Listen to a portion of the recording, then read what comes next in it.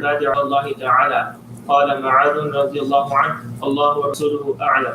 قال: فإن حق الله تعالى على العباد أن يعبدوه ولا يشركوا به شيئا.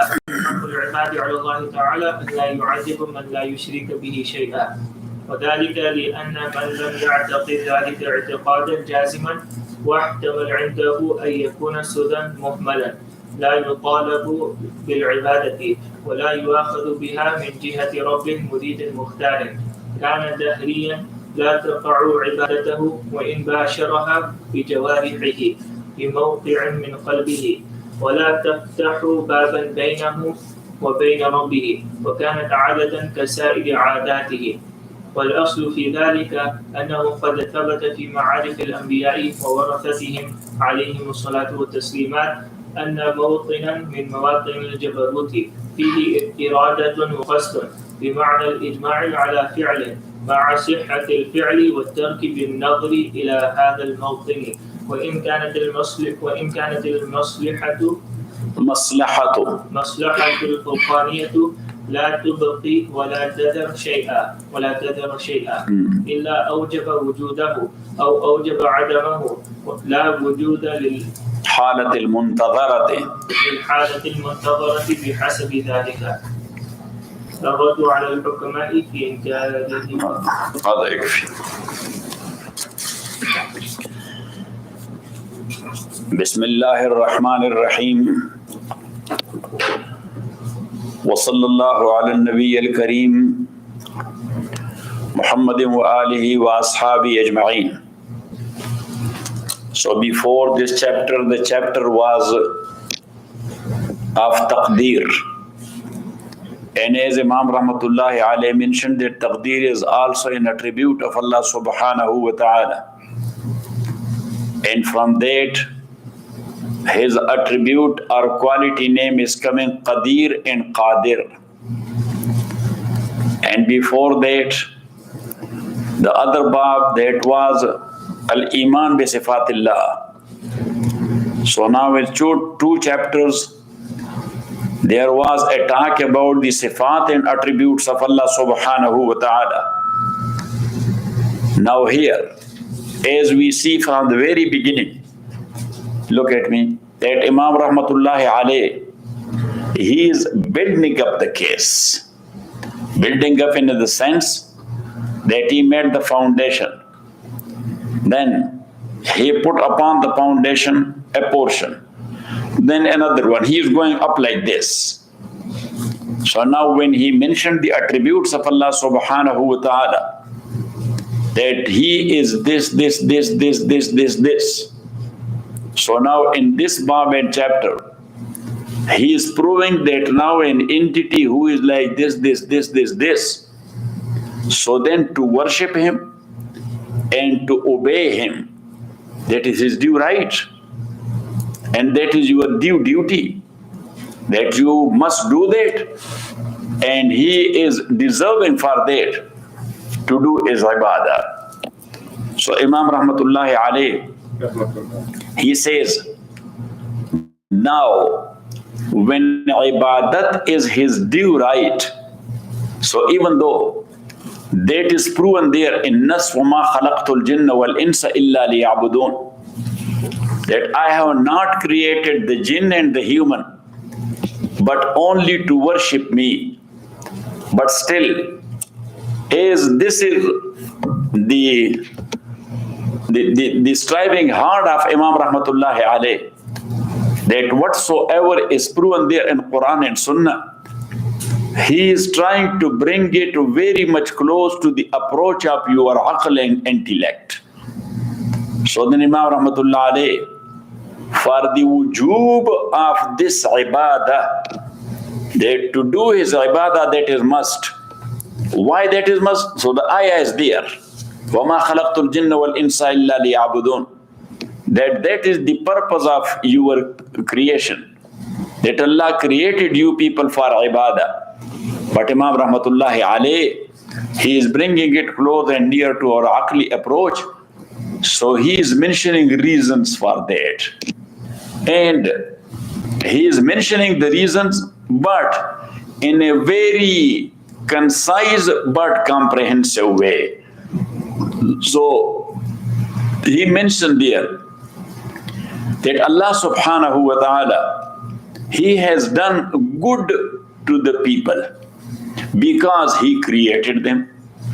He is doing good to the people because He is providing them the oxygen, the food, the drink, the dress, because they are taking benefit of the creature of Allah subhanahu wa ta'ala, utilizing the world and the things they are in.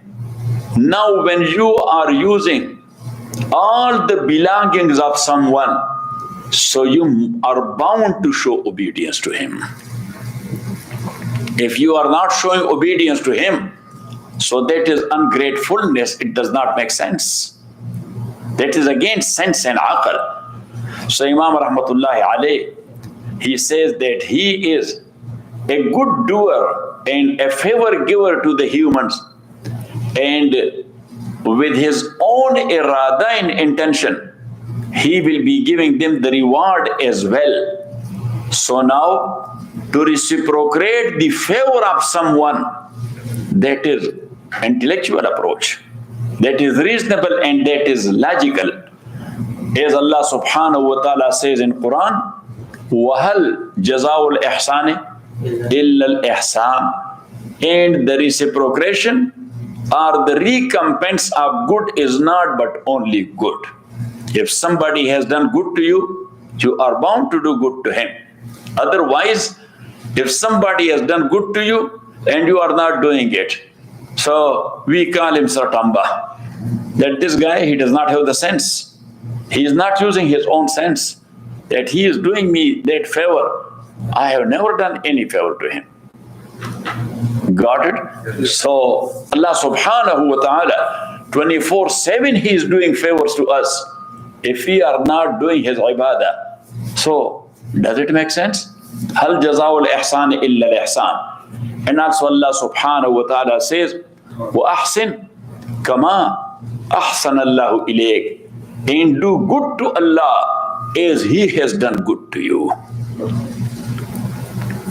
And do good to Allah and as He has done good to you. In hadith, Rasulullah sallallahu alaihi wasallam said, hadith Qudsi, that yashku Rabbi azza wa jal. My Lord Allah subhanahu wa ta'ala is complaining for human, that what's wrong with them? From my side, khair and good is coming down to them, and from their side, the evils are coming to me. Why it is so?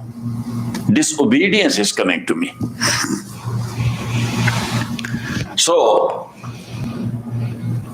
now Allah is doing these ihsan and favor to us. What type of ihsan we can do to Allah? We cannot do any ihsan to Allah. Our ihsan in this regard is actually to our own selves, to worship Him properly. As in hadith of Jibreel, when he asked Rasulullah sallallahu alaihi wasallam al ihsan, that what is good doing? So Rasulullah sallallahu alaihi wasallam said, an ta'budallaha ka'annaka tarahu, fa in lam takun tara, fa innahu yarak. To worship Allah is in such a way as if you are looking at Him, but if you are not seeing Him, at least as if He is looking at you and He is watching you. So means ibadah, but in a proper way. Ibadah in a proper way, focusing on ibadah with due attention. So that is our ihsan. So now, if someone is a ruler and we see him, now this is reasonable. In his presence, we will never violate the rules and laws, because we know that he has the authority. For example, on freeway, the moment you see the highway patrol, so you violate the speed limit? No. You don't. Why? Because you know you will get the punishment. You will get the ticket. So now, if you will focus your attention in such a way that Allah is watching me, so you will never violate. the rule of Allah subhanahu wa ta'ala, كَأَنَّكَ تَرَاهُ. And number two, here in good doing, not only that fear, but you are expecting a reward from him as well. Got it? If you expect that this authority, if he will see me that I am doing good, he will reward me. Got it? So now, when Allah subhanahu wa ta'ala, when he will be rewarding you, so you will be thinking of some good doing and obedience. And that's what Allah subhanahu wa ta'ala said in Holy Quran, Inna Allah ya'muru bil adli wal ihsan. That Allah subhanahu wa ta'ala, he is commanding you people to do adl, justice, and to do good. To do justice and to do good. So now adl and justice, that is with the creature. And ihsan and good doing, that is with the creator. And ihsan with the creator, that is to worship him in a perfect way and a proper way. Got it? So, Shah Sahib Rahmatullah Alayh, he says that this must be your aqidah and belief from the bottom of your heart. So what is aqidah from the bottom of your heart, where there is no any concept of its opposite? Got it? So that's the proper aqidah. For example, you believe in Allah, that he is Allah and he is the only one. So now proper aqidah in the oneness of Allah, that is that in your qalb and dimag, in your heart and mind, nothing else is coming as his associate and partner. So that is the proper aqidah. And number two, that your proper aqidah must be that this ibadah and obedience, that is the due right of Allah subhanahu wa ta'ala, and like as others to whom we owe some of their due rights, and they have the right to ask us for their right. So same is the case of Allah subhanahu wa ta'ala, that to do his ibadah, that is his due right. So he is asking us that pay me my right, obey me and worship me. Got it? Yeah. So Shah Sahib Rahmatullah Alayh, in this regard, he brought the hadith of Sayyidina Muaz Raziyallahu Ta'ala an, that regarding haqq and right, Rasulullah Sallallahu Alaihi Wasallam says to Muaz Raziyallahu Ta'ala an, De Muaz, do you know what is the due right of Allah towards his slaves? And what are the due rights of his slaves towards him? So he said, Allah and his messenger know better. So Rasulullah sallallahu alaihi wasallam says, the due right of Allah towards his slave is to believe in his oneness and making no partner with him and worship him alone. And then the due right of these slaves towards Allah subhanahu wa ta'ala is to forgive them and not to punish them. So Babul Iman bi anna al-ibada Haqqullahi ta'ala ala ibadihi. This chapter is regarding Iman. Iman on what? Iman in that the ibadah is the due right of Allah on his slaves. Why? The illah is, why? The reason is لِأَنَّهُ مُنْعِمٌ عَلَيْهِمْ, because he is doing them favors. وَمُجَازٍ لَهُمْ بِالْإِرَادَةِ, and he is the one who will be giving them jaza and reward with his own intention. اعلم إن من أعظم أنواع البر, so know that the greatest anwa and kinds of good is أن يعتقد الإنسان بمجامع قلبه, that insan should believe بمجامع قلبه. Majma' is actually, look, a place where from you are holding a thing, the main switch. بمجامع قلبه. So this is a muhawara, or this is a proverb. It's mean من مجامع قلب, from the bottom of his heart.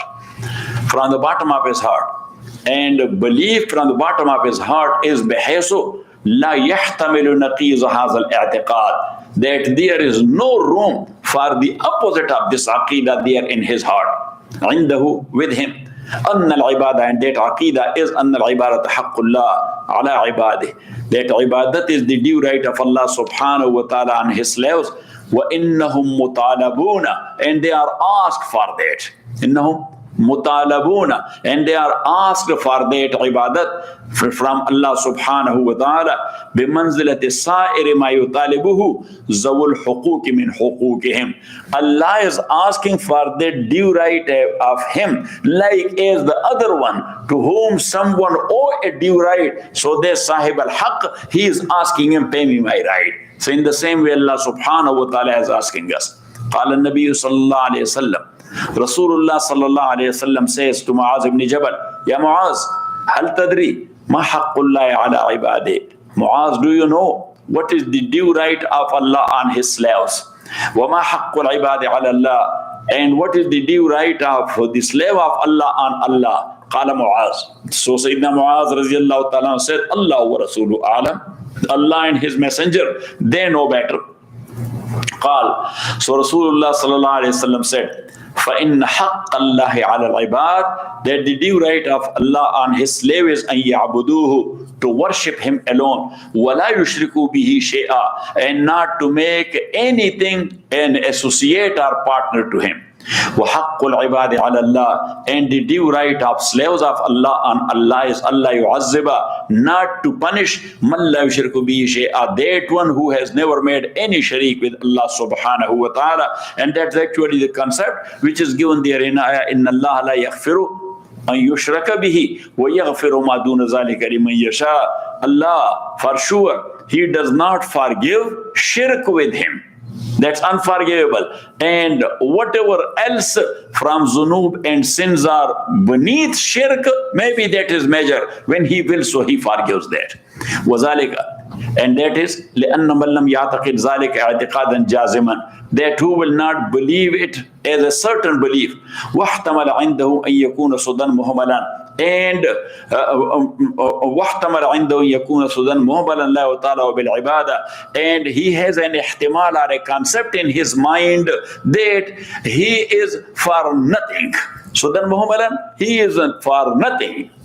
Sudan or Muhammad, both are one and the same. That he is Muhammad Mahaz, he is for nothing. La yutalabu bil ibadah, that he is not asked for ibadah, wala yuakhazu biha, not he would be seized for that min jihati rabbin, from that Lord, muridin, who has the intention, mukhtarin, he has the power, and ikhtiyar and option. Kana dahriyan, such a guy who is thinking like this, so he says he is an atheist. He's what? Kana dahriyan, he is an atheist. La taqaw ibadatuhu wa in basharaha bi jawarihi bi mawqi'in min qalbihi. So if such a guy whose concept in mind is like this, so he is dahri. His aqidah is not proper. So when his aqidah is not proper, so if apparently you see him that he is worshipping Allah subhanahu wa ta'ala, he is praying and he is fasting and so on. So Imam Rahmatullah alayhi says, La taqaw ibadatuhu wa in basharaha. His ibadat is not placing there, even though he is doing it bi jawarihi, with his organs and body, bi mawqin min qalbihi, but it is not getting placed there in his heart. وَلَا تَفْتَعُ بَابًا بَيْنَهُ وَبَيْنَ رَبِّهِ, and such like ibadah is not opening a gate between him and between his Lord. وَكَانَتْ عَادَةً كَخْسَائِرِ عَادَاتِهِ, his ibadat will be a habit like all other habits, that he is walking, so this is also a type of his aada. Yes, or he is eating, this is also a type of his aada. So Imam Rahmatullahi alayhi says, as long as you do not have the strong belief, having no opposite concept there in your heart, so you will, your ibadat cannot take you anywhere. So the basic thing in this regard is the sincerity of intention in the tawheed of Allah subhanahu wa ta'ala. Wa sallallahu ta'ala ala khairi khalqi Muhammadin wa alihi wa ashabi ajma'in bi rahmatika ya arhamar rahimin.